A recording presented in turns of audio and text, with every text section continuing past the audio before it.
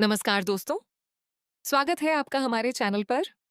आज की इस वीडियो में हम बात करने वाले हैं सीरियल वसुधा के आने वाले सबसे बड़े और सबसे धमाकेदार ट्रैक की। आने वाले एपिसोड्स में कहानी ऐसा मोड़ लेने वाली है जिसकी किसी ने भी उम्मीद नहीं की होगी।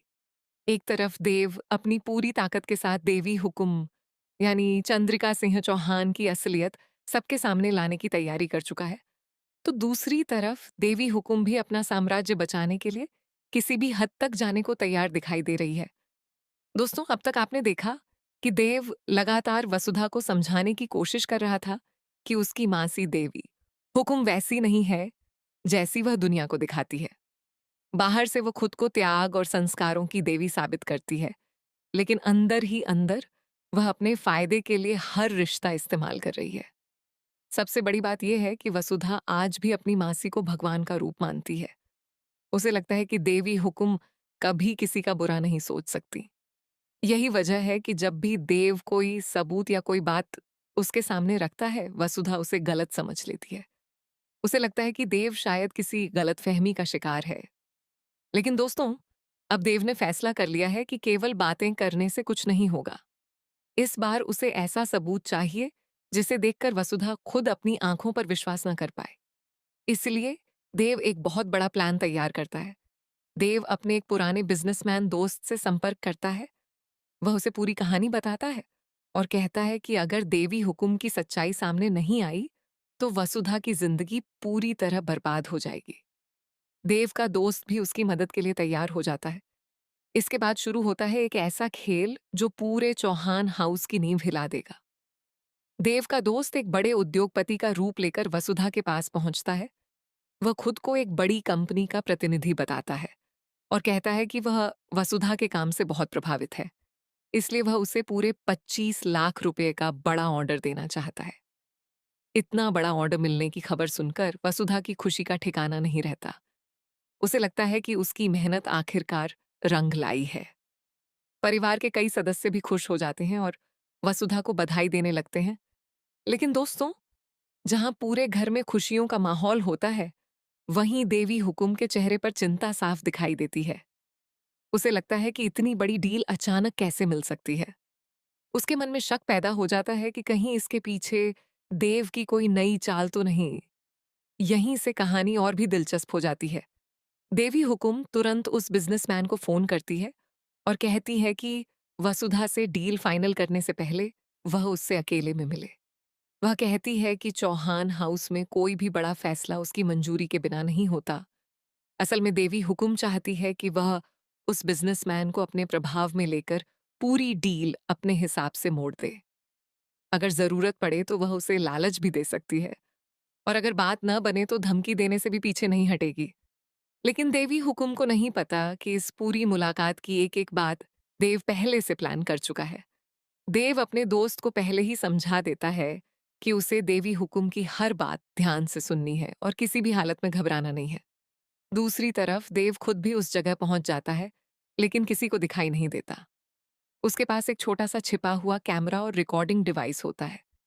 उसका मकसद सिर्फ एक है, देवी हुकुम के मुंह से सच कहलवाना। मीटिंग शुरू होती है और देवी हुकुम धीरे धीरे अपना असली चेहरा दिखाने लगती है। वह बिजनेसमैन से कहती है कि अगर उसे चौहान परिवार के साथ काम करना है तो पहले उसकी शर्तें माननी होंगी। वह साफ कहती है कि वसुधा केवल नाम की मालिक है, असली फैसले वही लेती है। इतना ही नहीं, वह वसुधा की कमजोरियों का भी फायदा उठाने की कोशिश करती है। उसे पूरा विश्वास होता है कि सामने वाला व्यक्ति उसके प्रभाव में आ जाएगा, लेकिन यही उसकी सबसे बड़ी गलती साबित होने वाली है, क्योंकि सामने बैठा बिजनेसमैन वास्तव में देव का दोस्त है और उसकी हर बात रिकॉर्ड हो रही है। उधर देव बाहर बैठकर पूरी बातचीत लाइव सुन रहा होता है। जैसे जैसे देवी हुकुम अपनी असलियत खोलती जाती है, वैसे वैसे देव को यकीन हो जाता है कि अब उसके पास वह सबूत है जिसका उसे कई दिनों से इंतजार था। हालांकि कहानी में एक और बड़ा ट्विस्ट आने वाला है। सूत्रों के मुताबिक मीटिंग के दौरान देवी हुकुम को अचानक एहसास होने लगता है कि कहीं कुछ गड़बड़ है।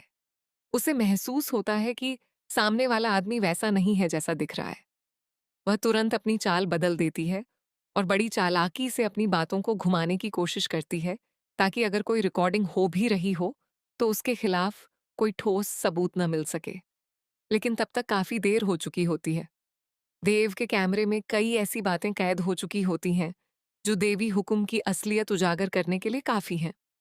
अब सबसे बड़ा सवाल यह है कि क्या देव ये रिकॉर्डिंग सीधे वसुधा को दिखाएगा या फिर पूरे चौहान परिवार के सामने देवी हुक्म का पर्दाफाश करेगा?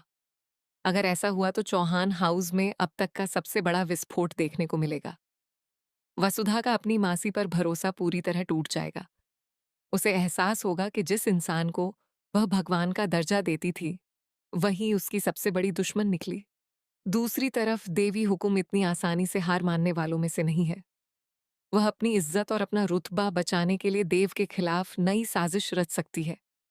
यहां तक कि वह देव पर ही झूठे आरोप लगाकर उसे परिवार से बाहर करवाने की कोशिश भी कर सकती है। यानी आने वाले एपिसोड्स में आपको इमोशनल ड्रामा, बड़े खुलासे, जबरदस्त सस्पेंस और लगातार कई ट्विस्ट देखने को मिलने वाले हैं। अब देखना बेहद दिलचस्प होगा कि आखिर इस जंग में जीत किसकी होती है। क्या देव अपने मिशन में कामयाब होगा? क्या वसुधा आखिरकार अपनी मासी की असलियत जान पाएगी? क्या चौहान परिवार देवी हुकुम के खिलाफ खड़ा होगा या फिर एक बार फिर देवी हुकुम अपनी चालाकी से पूरा खेल पलट देगी? दोस्तों, आपकी क्या राय है? क्या इस बार देव सच में देवी हुकुम का पर्दाफाश कर पाएगा या फिर देवी हुकुम आखिरी समय पर नया दांव खेल देगी? अपनी राय हमें कमेंट बॉक्स में जरूर बताइए। अगर आपको ये वीडियो पसंद आई हो तो वीडियो को लाइक करें, चैनल को सब्सक्राइब करें और बेल आइकन जरूर दबाएं ताकि आपको वसुधा के हर नए अपडेट सबसे पहले मिलते रहें। मिलते हैं अगली शानदार अपडेट के साथ। धन्यवाद।